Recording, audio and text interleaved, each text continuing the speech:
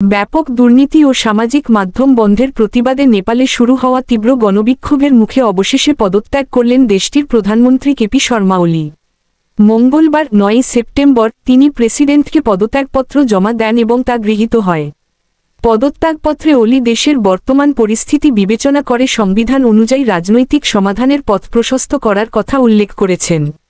পদত্যাগপত্রে ওলি লিখেছেন, মাননীয় প্রেসিডেন্ট, নেপালের সংবিধানের ৭৬(২) অনুচ্ছেদ অনুসারে প্রধানমন্ত্রী হিসেবে নিযুক্ত হওয়ার পর দেশের বর্তমানে বিরাজমান পরিস্থিতি বিবেচনায় নিয়ে সংবিধান অনুসারে সমস্যার রাজনৈতিক সমাধান এবং সমাধানের দিকে আরও পদক্ষেপ নেয়ার জন্য সংবিধানের ৭৭(১) ক অনুচ্ছেদ অনুসারে আজ মঙ্গলবার ৯ সেপ্টেম্বর থেকে আমি প্রধানমন্ত্রীর পদ থেকে পদত্যাগ করছি।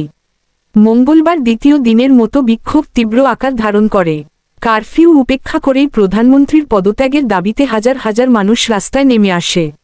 বিক্ষোভকারীরা প্রধানমন্ত্রীর কার্যালয়, পার্লামেন্ট ভবন ও মন্ত্রীদের বাসভবনে অগ্নিসংযোগ ও ভাঙচুর করে।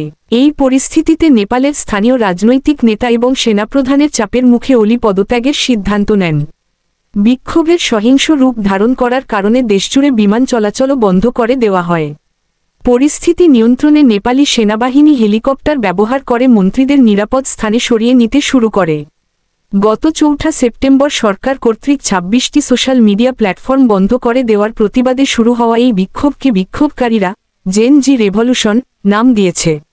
২ দিনের সংঘর্ষে কমপক্ষে ১৯ জন নিহত এবং অনেকে আহত হয়েছেন।